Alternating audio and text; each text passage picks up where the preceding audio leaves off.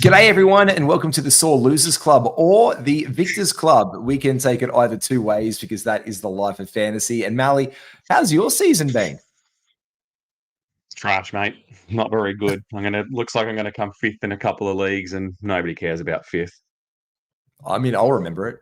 I mean, it's that one time that you came fifth instead of fourth. You did very well. So you're in a playoff for your life, mate. All that said and done, I can't give up on it. I can't give up. Mate, you're in a 2-week playoff for fifth. You have 14 possible waiver adds that you can make because it's over 2 weeks. The 7 a week is lifted. You can add to your total, which is 300 plus right now. We'll get to that later on. We'll get to the stream targets. We'll do all of that for this episode of the Pickup right up after this.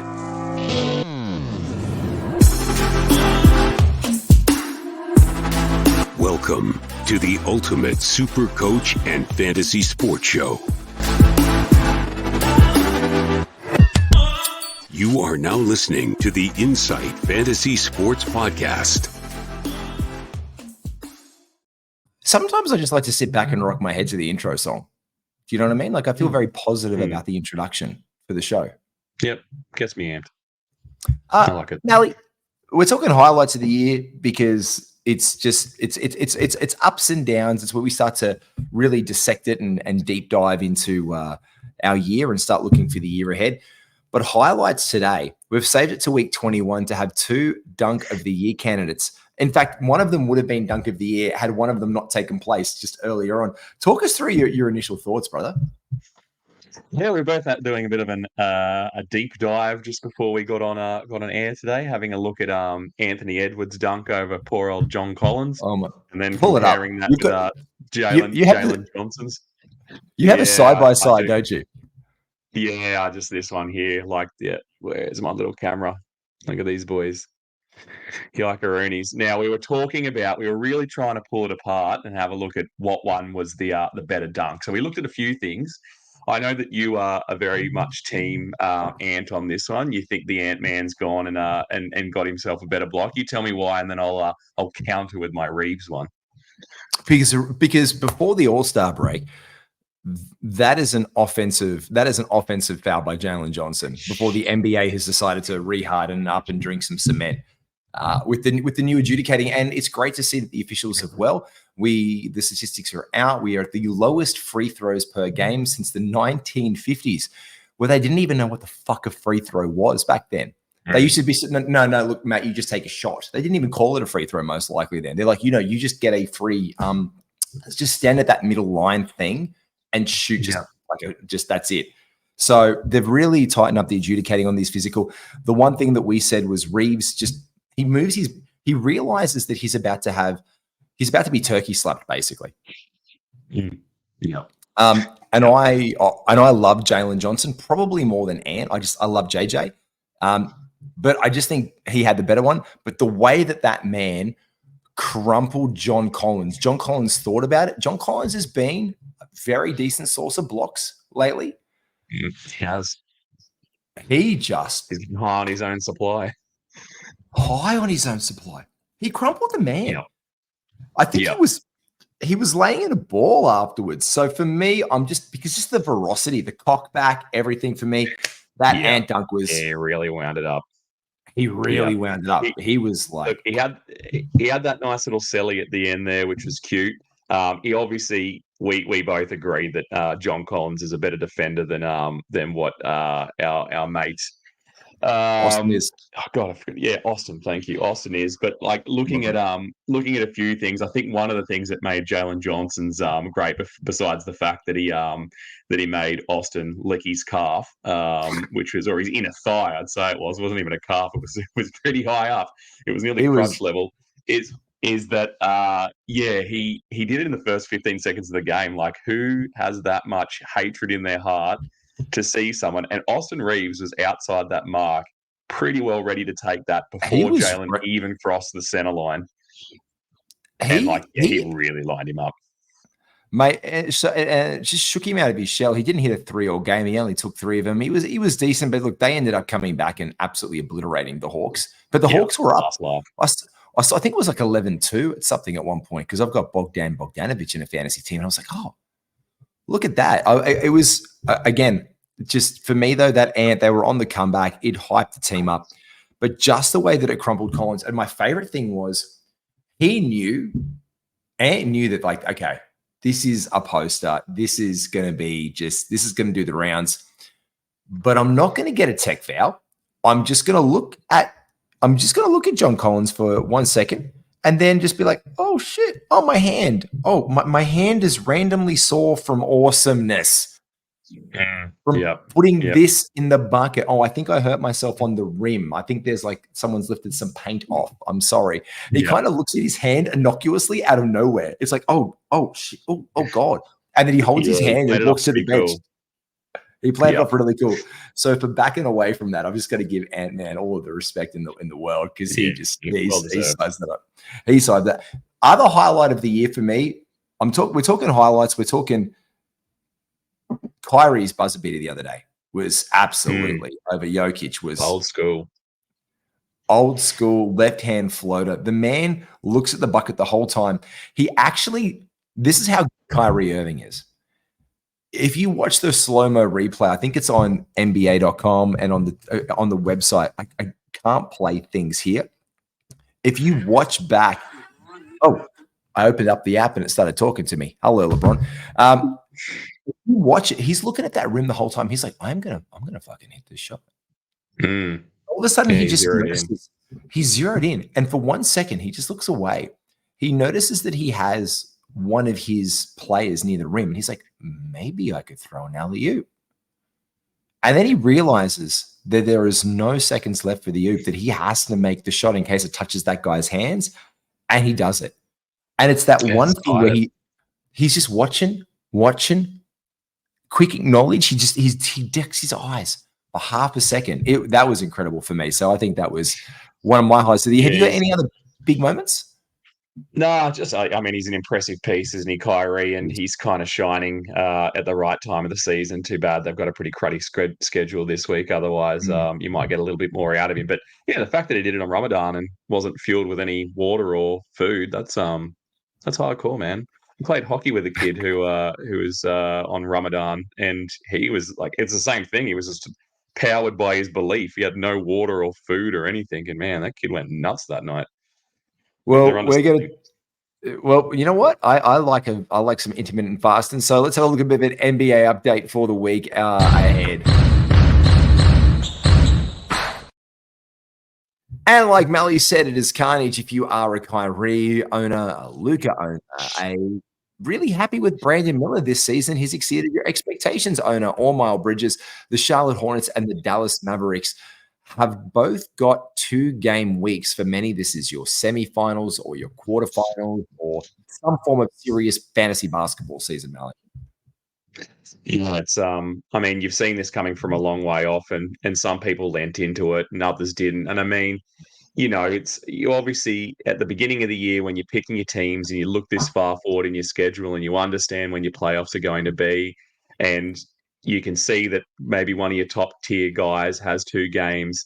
Some people like panic and make changes, maybe necessarily so that they have someone who's going to play more games in that same kind of range. And other people probably lean into it and think, so much is going to change between now and the end of the season that this is such a small thing to think about. You could line someone up like, an Embiid, who obviously was going to have a better schedule this week than Doncic, but now Doncic is playing 2 games and Embiid's playing none. So, I just think things like that. I can't say that I put a lot down to fate because I'm a statistics man. I like to see what the numbers are telling me and just roll with that rather than a feeling or a hope or a fingers crossed. But yeah, I mean, if that was your exactly. I'm hooked on if that was your understanding. No, that is my understanding, but there is light at the end of the tunnel, because if you can pull out a win this week, because you're not going to drop Luka, you're not going to drop Kyrie, you're not going to drop Miles, you're not going to drop Brandon Miller, but you will probably drop other peripheral Mavericks on your team. You will drop other guys like Micic, Trey Mann. They're going to be off your waiver wire, because the light at the end of the tunnel, though, if you do hold those mainstays, is they both have 4-game weeks next week. Charlotte's is very sexy in a way, but not sexy. I'll get to that one in a second. The Mavericks one, I do like it just a tad. This is the thing. None of them are really sexy 22 schedules. The Mavericks play a back-to-back Monday, Tuesday. Luka has been game time decision a couple of times lately and then played. Same with Kyrie. The first game on Monday is against Utah. They do have 2 more games against Sacramento that week, which means they're probably going to play them because they must win against that to possibly escape the play-in tournament. And then they've got Houston at the tail end of the week. The Charlotte Hornets, though, are an every other day team. And the last game of the week, so they play Monday, they play Wednesday, they play Friday, they play Sunday. So you're getting 4 games. That's great. But Malley, wouldn't you have loved that if it's a 4-gamer, gets out of the way early and then frees up that Sunday schedule for you? Because there is only, next week is crazy. There's only 4 games on Tuesday. There's fucking 2 games on Thursday. Nuts. 3 games on Saturday. And then there's 10 games on Sunday. It's almost like Adam Silver and the scheduling committee just started to take the piss out of fantasy in many people's championship week. And I mean, if you played over the last 2 weeks and this week, you'd be happy as, because the schedule's been absolutely perfect. Like, I haven't had to make any tough decisions about who's sitting on my bench and who's starting, because I've been able to start everybody every day and run my waivers all the way to 5th position. And here you go, mate. Break us down the schedule. What have we got game-wise for the week ahead? Yeah, well, Monday's behind us now, but 5 games on the Tuesdays are nice. Plenty of streaming available there. Wednesday has 8, a little heavier. Thursday, 7, we like that. Friday and Saturday have 8 as well, which is still obviously very manageable when we're looking back and thinking about 3 weeks ago where we had, 14 games on. That 8 seems very comfortable. And then 6, where you can do some proper hard streaming, hopefully to get you over into week 22. Mate, I'm actually doing something right now because I haven't done this at all this season, like just on the fly. I'm actually going to I've taken a screenshot of my team and I'm just going to randomly throw it into an overlay. I'm just going to throw it in. Why not? Because what I want to talk about is you never know how your schedule is going to work out. And this feeds to your point. Tomorrow is, like you said, one of our lightest game days in a while. It's 5 games this week. It is the lightest game schedule. Only 10 teams play. There's 30 teams in the NBA. So we're looking at this very easy schedule for some. This is my schedule tomorrow. There you go. So this is my team, and I'm in a 20-man team. My roster's full. And this is, you never know. I've got Kyrie, Nickeil Alexander-Walker, Cam Johnson, Miles Bridges, Claxton, Porter Jr., Kispert, and Nance playing. If this is a 20-man team deep league, that's my guys. I've got a full squad. I only had 2 guys roll out today on a game that was more. So it's really interesting, like you say, sometimes like we can look at these low volume days and be like, yeah, I can bring in a stream. I physically cannot bring in a streaming option unless I want to drop one of those guys. And that works perfectly for you, because here I am on the other side where I had my bigger day today and I have 2 guys playing tomorrow. And then I have to look through the waiver wire to see who's available. And it was absolute. And I like a thin pickings. I like to try and find the value in amongst the trash pile, but it is rough. So you're playing guys tomorrow. You've saved a waiver pickup today on someone who might have put up 6 points, 3 rebounds, and maybe a steal, like I'm going to have to pick up. And you're running with your full squad. So I know, and that's kind of the mystique of fantasy, isn't it? That some things for the majority are screwed tomorrow, and then for you in the minority, you're living high on the bone, mate. I'm living high on the bone, and I'm up currently in that one. I don't know how it's happened. Probably because Nickeil Alexander-Walker, who I thought was an absolute red-hot pickup for the back-to-back set, because Kyle Anderson was a game-time decision and questionable heading in. He ended up playing today. Great for slow-mo, but I just want a bit more assurity. And I just like Rudy Gobert being out today was another little boon for him. A few steals, a couple of blocks there. He ended up taking a couple of extra shots I didn't like him from inside the rim, inside the circle, but 500% from the three-point land. I don't mind that from whatever. And talking about that for schedule, they are the Timberwolves, like we said. They do have the Monday, Tuesday back-to-back today. There's no Tuesday, Wednesday back-to-back. So do not look in your fantasy leagues as you're listening to this podcast straight away, fresh as it comes out, fresh as a daisy, to get a back-to-back, because there's none. There is no Tuesday and Wednesday back-to-back. However, you can move to your Wednesday, Thursday back-to-backs, which is the Milwaukee Bucks, the Phoenix Suns, the Sacramento Kings, and the Utah Jazz. On Thursday, you can hit up the Pelicans for a Thursday-Friday back-to-back and ease them in. Saturday, there's a lot. There's the Celtics, the Trailblazers, the Spurs, one of your favorite teams, Malley. The Raptors, the Trailblazers, the Spurs. I put them there twice because I really like the Spurs. Go Raptors. I just like them in there twice. And on Sunday, Monday, if you want to get over the line. Back-to-backs, mate. How about two games in one day? Now we're talking. Mate, Kelly Olynyk is the must-add. Get on that one. Get Kelly Olynyk into it if you have it all. If you have it. And RJ Barrett, unfortunately, has he has lost his younger brother. And again, I said this the other night. Our thoughts and prayers out to his family, because that is a devastating loss for the Barrett family and for the Toronto Raptors. Obviously, if they're organization for the week, they'll fill his spot. So we can look obviously to stream in with some Raptors options during the course of the week. But Malley, when I said, mate, let's talk about top streams of the week, you're like, Matty, who have you got? And I'm like, well, I think it's actually more the fact that Monday's in the books now. We can look to the week ahead. We've got 6 days left. So where can we get value? So I broke it down like this, because the first of the lower volume days is really Tuesday with those 5. So we can work the low volume games of Tuesday and Thursday, because again, referencing that, Malley, we've got the 5 and the 7. So on this one, not the double one, this one here, we've got the Nets, the Nugs, the Rockets, the Magic, and the Wizards.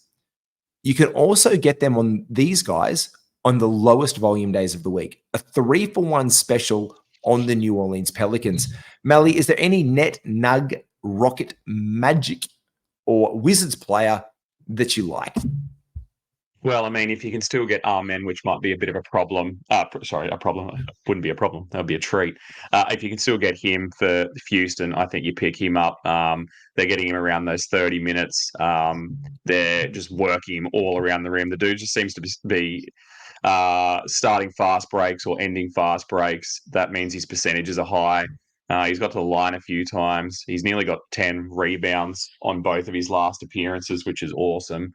Who else? Maybe. And I like him as well, because you're right. He has been getting 26 and 28 minutes, and he's only 56% rostered in Yahoo leagues as well, which is a good shout.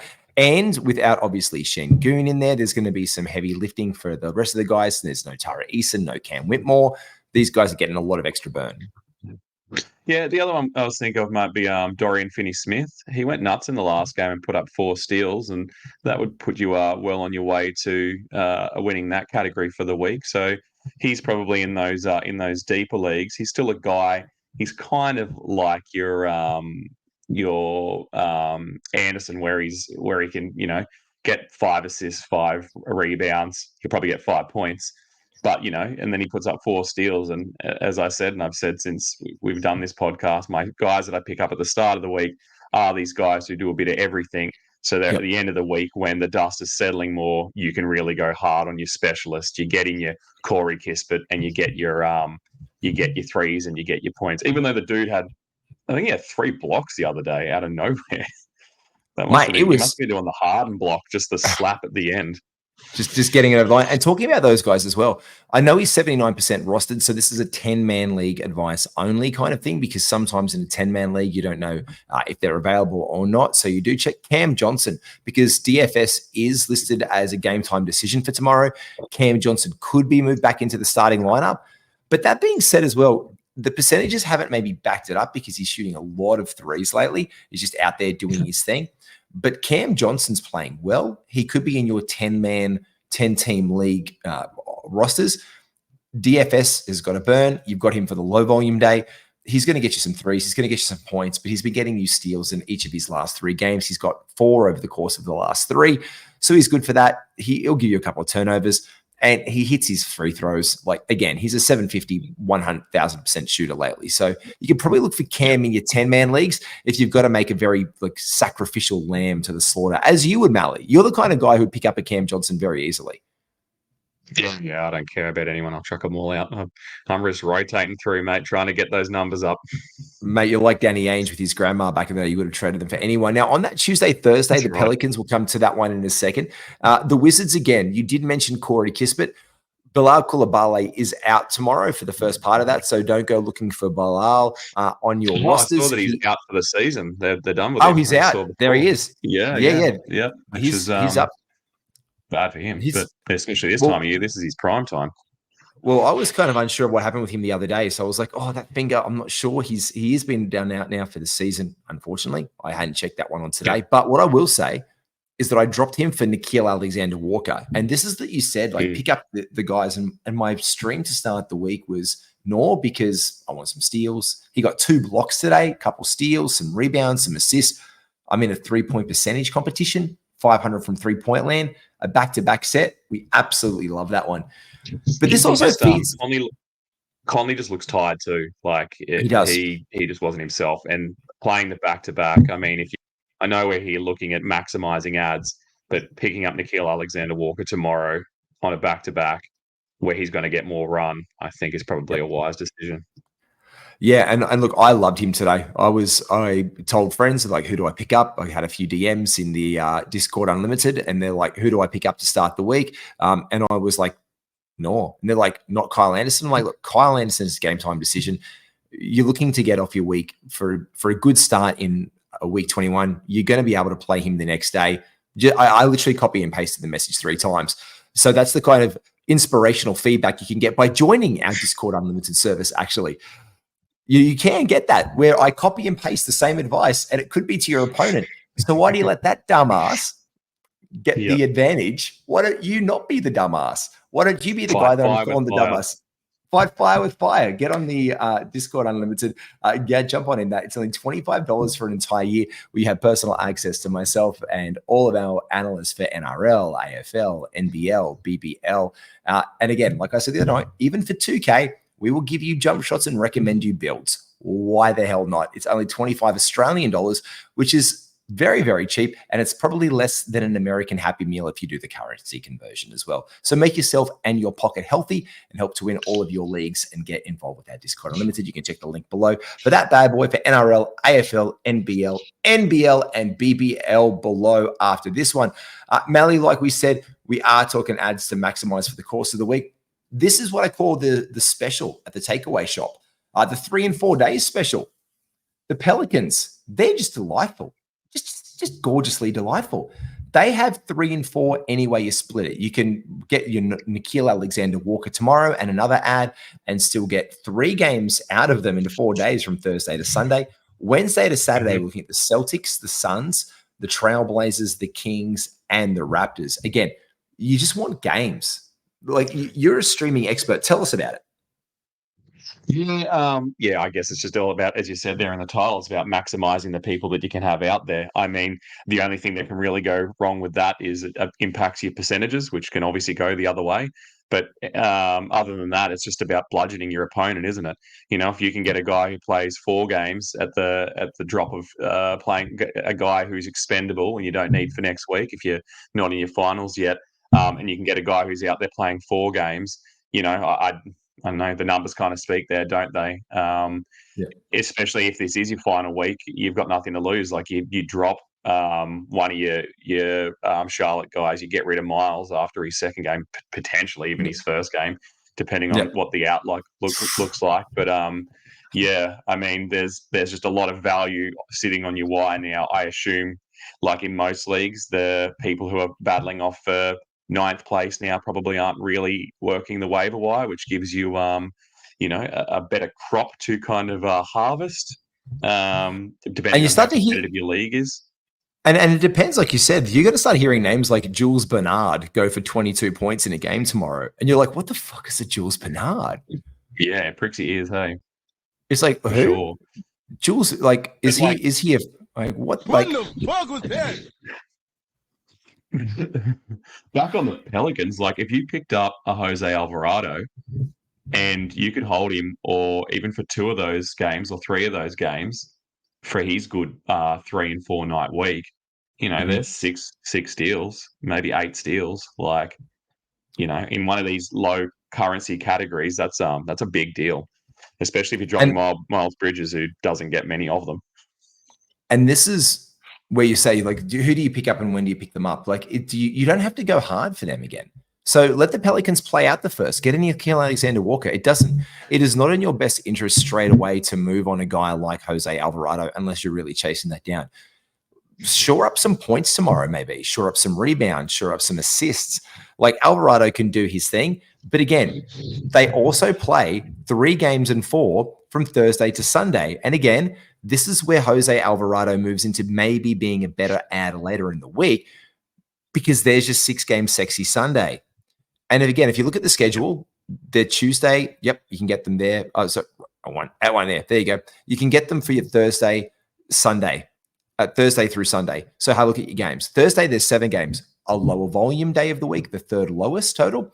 There's 2 sets of 8 games on Friday and Saturday, and then your low volume game is 8. So you're getting him for 2 low volume games and one of those high volume games. You have the decision then to use him for that one, get a couple of extra shields and roll into a position. Maybe you have a guard position, maybe you don't, that's available on one of those 2 days. If you have to bench him and you have another position available, make the call. But at least you get those steals and those peripherals that you want out of the way. And that's where, if you don't have it later in the week, you would add him for the Tuesday and for the Thursday game and get that out of the way, drop him after the Thursday game. And you can move on, Malley, with someone else to help shore up the end of the week. Yeah, and you go for one of these teams, like you've got the Wizards, you had the Trailblazers in there, teams that are just kind of rolling out guys and people who in the rest of the season haven't had much value. You get a Delanto Banton, like, he put up 28 points the other day. Percentages were absolutely appalling, but he had a couple of blocks there as well. He had a couple of assists. I mean, he's an absolute giant at the one. Pick him up. He is a massive. He is a massive man for a point guard. Yeah. He's kind of he's got that. He's like a small KD. He's like very gangly.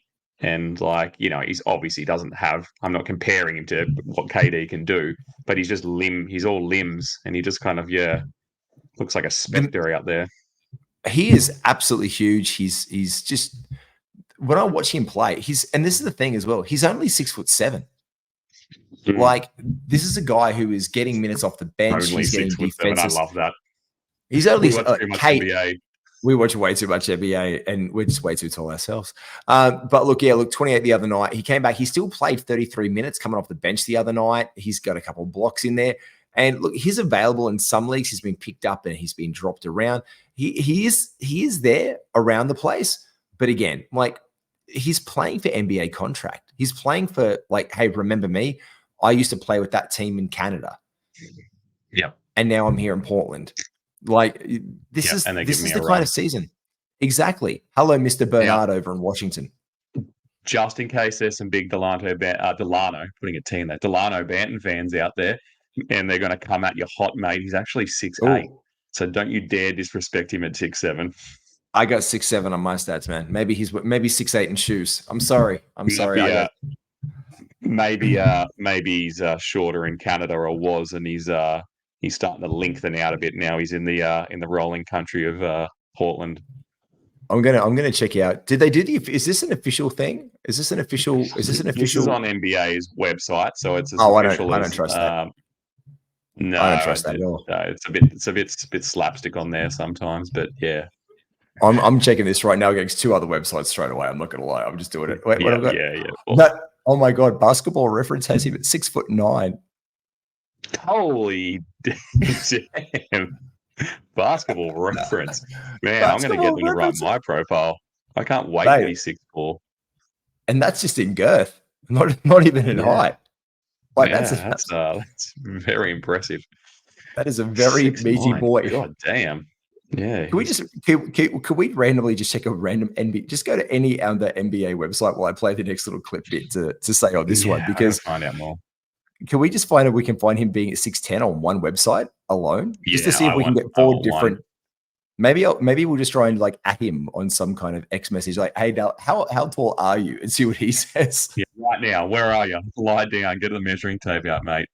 Maybe Delano comes down and he's like, I'm however tall you want me to be. I'll show you on my OnlyFans on my OnlyFans page. Hey, let's talk about some hot guys this week. Pull over by this hot guy and let me out. Obviously, because Delano just got us really saucy for it. These are some of our top streams of the week. We have touched on them early. This shattering beast right here is one, Larry Nance Jr. So this is in no order, but it's just some guys we like because they at least have 3 games owing for the rest of the week. We like some points. We like some mix-ups. We like some peripheral stats, and there is a whole bunch of waiver wire options out there for the week. We did mention the Raptors earlier twice. We'll start from the guys who are the most owned. We've got, this is almost a list of juniors, Malley. We've got Gary Trent Jr. on Yahoo with 61% added. Kelly Oubre Jr., Tsunami Potty, if I don't play the sound bite, and my mate Skitty, and analyst from the Inside Heat Check show and also AFL show. Oh, hot. He is more sexually attracted to Kelly Oubre Jr. than I think anyone is to any object in the world. Julian Champagne at 7%. Jose Alvarado, like we've said, at 2% ownership. That means you could just swoop in there and get old mate.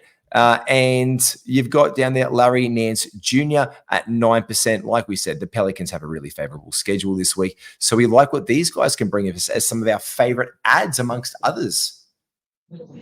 Yeah, they've clearly gone away from even trying to play Jonas Valanciunas now. Like, they're basically just packing up for the year, and they can. They're a weird team. Like, every time I see their scoreline, it's never close. They absolutely punish someone, or they get punished. There's no mid ground for them. They are feast or famine as a team.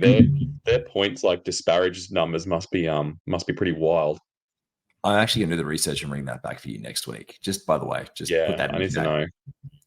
Plus minus. Is there in points? There must. I can't think of a team that would suffer more. Their win and loss differentials. Yeah. It'd be pretty impressive. Now, those guys research. I couldn't find anywhere that would be as egregious as to claim that Delano Banton he's 6'10", but apparently as soon as you try and find Delano Banton's height, it wants to tell you that Svi Mikhailuk is 2 meters and 2.01 meters tall. I don't know why. That is the next person you want to know about. Why is Mikhailuk? Why is he the next player that I start adding afterwards? That just makes no sense at all. No, I find a link between those guys. Anyway. Well, those are our.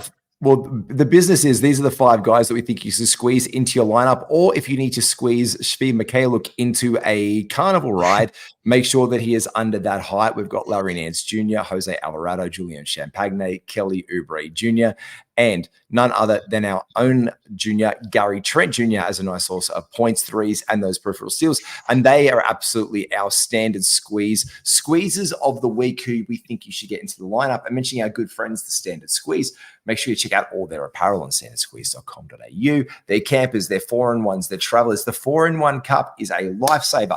Jump it on the train, sip on it, your tram, whatever you need to do, or in your portable. I know you've got one, Malley. You love it. I've got one. I love it. I've got my Standard Squeeze hat on every single week. Good fans of them. And if you use the promo code INSIGHT15, you get 15% off your order, which is what you want. Malley, let's wind it up with the game preview, brother. He's heating up.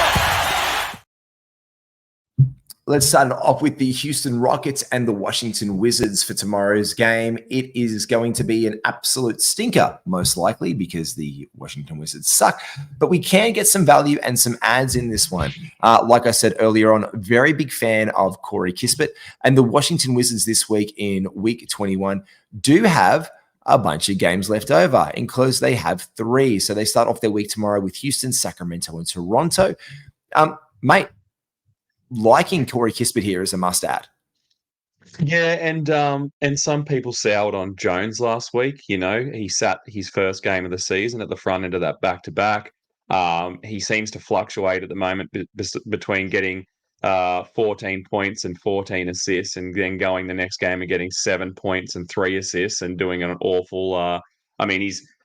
His turnovers are obviously still his strong suit, or his lack thereof. So, I hope no one's playing the game that hard that they're too worried about their turnovers. I think that's kind of I don't know.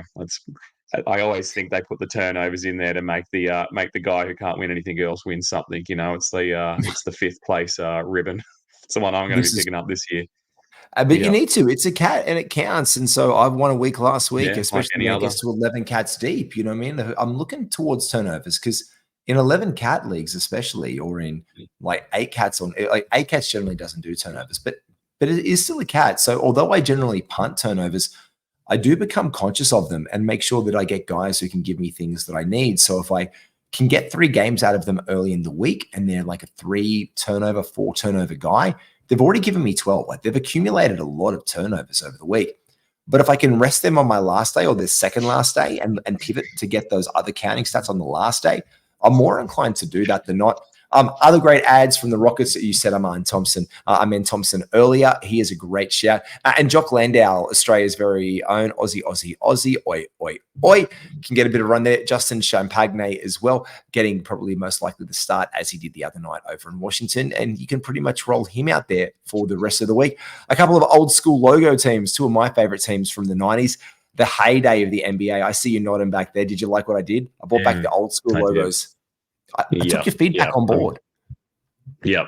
Yeah, just give the people what they want if the people are me. And I did it because I know you have to put up with it. You have to put up with it. So this is what you see. Tomorrow, I like adding in Jonathan Isaac. He's a nice little ad there. You can get some burn.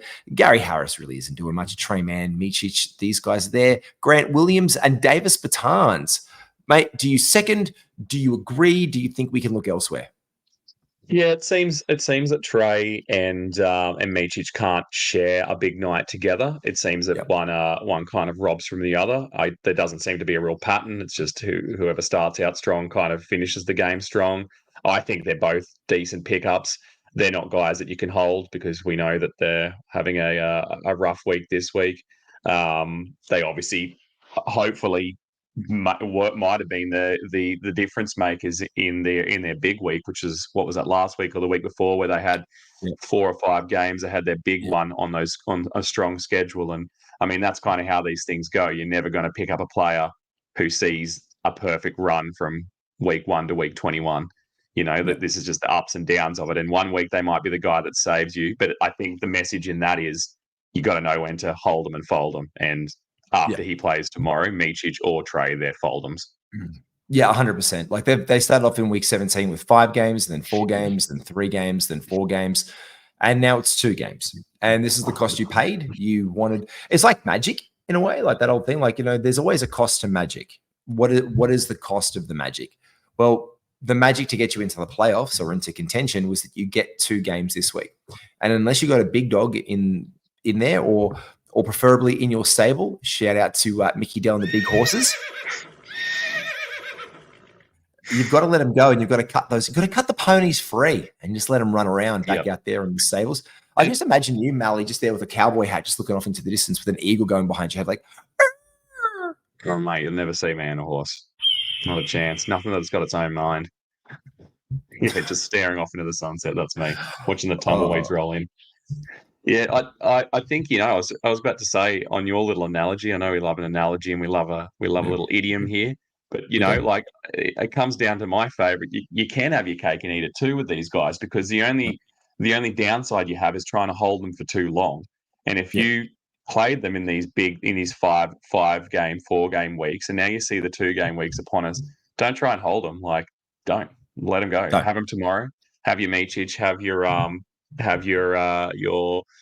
Trey, have your Grant or your Williams, have your entree tomorrow. Yeah, and then move on to your main meals, for the week. One could say. Then move off your main Micic. No, I've lost it. Maybe your Micic. Maybe you have a Micic free diet. Who knows that one? Maybe but we do have. There we go. Maybe you do. But we do have the Pelicans. They are not meat free. They're obviously a bird. That's white meat. And the Nets, which you can't live off alone because that is obviously nylon. And you shouldn't be consuming that. And if you do, please consult your general health practitioner. Here again, or veterinarian. Who do you think our viewers are? Just animals going out to the talking to the masses. We're talking to the masses. Look, again, we've said Larry Nance Jr., Jose Alvarado. But again, we can hold on the Pelicans on this first game to pick them up with 3 more games and target a single. Now, you can get that burn out 3 and 4 nights either way. Get it out of your week and change tact early. Maybe you're one of those people who likes to preload. But with this week, with the low volume Sunday, you kind of want to know when to hold them and know when to fold them. And I'm kind of just going to hold where I'm at right now. And I'm probably going to push hard towards the end of the week when I know I need to make a move. Because if I go hard now, I'm going to run out of waiver ads. I'm going to be stuffed on a very shallow Sunday. And that might fuck you up. Yep. You don't want to be scrounging around on your last day, picking up a scrub who the hopes and dreams of your team and potential insertion in the fantasy finals might rest upon. I don't like that. No, I don't like that at all. And like you said, we do like Dorian Finney-Smith, Cam Johnson, Dennis Smith Jr. as a random ad here. Herb Jones has been dropped and picked up in some leagues. He was injured. He is probable tomorrow. So we could probably look to him maybe not tomorrow if he's on any form of waiver wire and stream him back in for the rest of the games over the course of the week. The next one we have to do tomorrow is the Battle of Texas. Weehaw!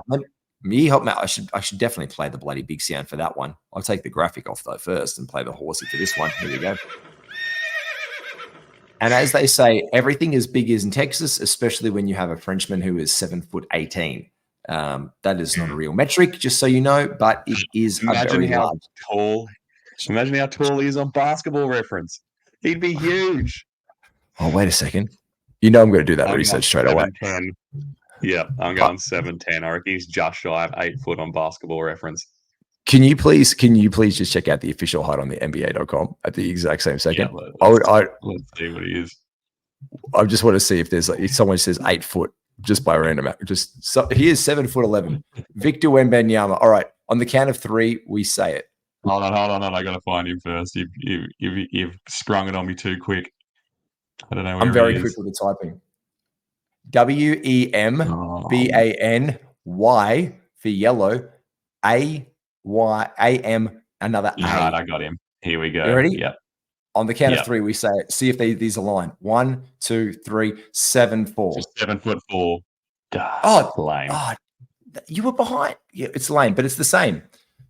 Yeah. That just shows you the chicanery. That just shows you the chicanery and the magic that takes place when your name is Danilo Banton. Because 3 different sites, 3 different heights. Yeah. We love that for him. Tomorrow, who can we look to add for you, Malley, from the San Antonio Spurs or the Dallas Mavericks? Well, we had Champagne in there before. I mean, he was trucking all right, and then he got his insertion in the starting lineup. He played 14 minutes and he didn't score and do anything. I think he got a rebound in 14 minutes, and that must have do not fuck this around like you might with one of the Cody or Kayla Martins. For Champagne, there's a Julian. He plays in San Antonio. There is a Justin. He doesn't. Justin Champagne plays in Washington, and that's the one we want to add. We do not want to add Julian Champagne. Oh, I'm talking about the wrong Champagne. Yeah, there you go. Wait, are you doing it? Are you doing it, Champagne? Are you doing the wrong one? I think so. I'm talking about the Houston one. Yeah. No, that's the bloody Wizards one. This one's the Spurs one. And we don't add him because you're probably more likely to pick up. There's just so many of them. Why give them both names that start with J too? That's just cruel. And JU? They're both JUs? JU? Yeah. Julian and Justin? Juzzy and Jules? Not helpful at all. These are the future Morris twins of the NBA right here. Yeah, well, they're still getting runs. How about Dallas? Anyone there that's worth picking up? Look, Derek Lively, the second, again, not the first or the third. Make sure, like the Champagne, you don't add the wrong Lively from your waiver wire. Maxi Kleber could get some minutes, and Dante Exum is probable. Luca is probable for this one with hamstring soreness, but we're hoping to roll him out. These guys are just rolling along as seemingly fit as a fiddle. And what is that thing in Singing in the Rain? Sorry, I like Singing in the Rain. Just a deep cut. Yeah, you lost me on that reference. Fit as a fiddle and ready for love, I think is that. I will send you this, and it is an amazing song. Oh my God. Fit as a fiddle and ready for love. Here we go. The last game of the day, we have the Mavericks. Not the Mavericks, fuck me sideways and call me spanked. It is the Denver Nuggets and the Minnesota Timberwolves. Again, I like Nord today, and Kyle Anderson is a one-gamer. Anyone in Denver you've got your fancy on? Yeah, see if anyone's got Nikola Jovic on the wire, because I reckon he's probably primed to have a really big game. He's had a really good season, Nikola Jokic. You might have heard of him. So I think he's won a couple trophies. If someone's accidentally been he's- very, very drunk, if you could pick up Jokic, yeah, that'd be great. He's the horse guy, remember? So if he's on any waiver wires, I reckon that's a no-brainer because he's going to absolutely pull apart this potentially centerless team over in on a back-to-back. But I mean, maybe just on the serious note of that, maybe they do put the hammer down pretty hard and pretty early on Minnesota. And then that's when your Nickeil Alexander-Walkers are going to really shine. I don't know. Anderson was good today, slow-mo, but, he, with his injury ups and downs, may not play tomorrow. It seems like one of those weird games where Daniels might go off, like he just does nothing for 3 weeks. And then all of a sudden he goes 14, 10, 2 steals, 2 blocks. Don't bet your bottom dollar on it. Don't say I sent you. But yeah, he's another guy that might get a run tomorrow just out of necessity. And if Daniels is going to do that, or if they do, like you said, if the Nuggets decide to come out of the and spank them 6 ways to Sunday off the rip, you can probably look to bench the starting 5 and see where and who takes a step up from there. So our starting 5 with Rudy Gobert with that, I think it's a rib contusion or like a rib sprain or something's going on in there, and Naz Reid has a head injury. He's questionable tomorrow. So they're potentially, as you said, really small. Like they could be playing small ball out the gate. Jokic could feast, like just put up you almost want to back him at the tote for a triple-double tomorrow. But if minutes required, because they'll pull their started off.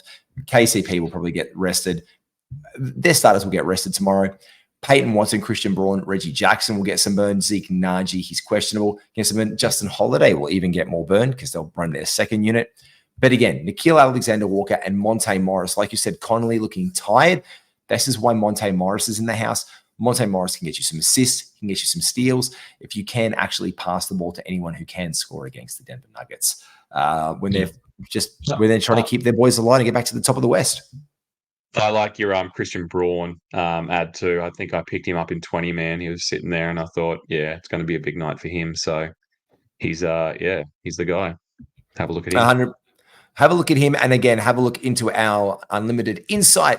Make sure you check out the link and do all of the things like and subscribe to this video, all of our content. If you need any help or advice, make sure you hit us up on X. You can find this bloke over here to this side of me on camera, Mr. Malley, at live_my_fantasy. And you can find me at NBAGWiz. This has been an Insight Fantasy Sports Podcast. Thanks to the Insight Podcast Network. Make sure you like and subscribe. Malley, I'll catch you next week we've only got a couple more weeks left of these, man, and we're done for the year. Yeah. Starting to wrap up. Sad. Already looking forward to next season, mate. Absolutely huge. Mate, I'll make sure I share my team with you from that industry draft. It was huge. Skitty and I went in that one. And it was massive. We'll break that down really soon. Mate, take care again. All be well. Like and subscribe. Do all the things for Insight. We'll catch you soon.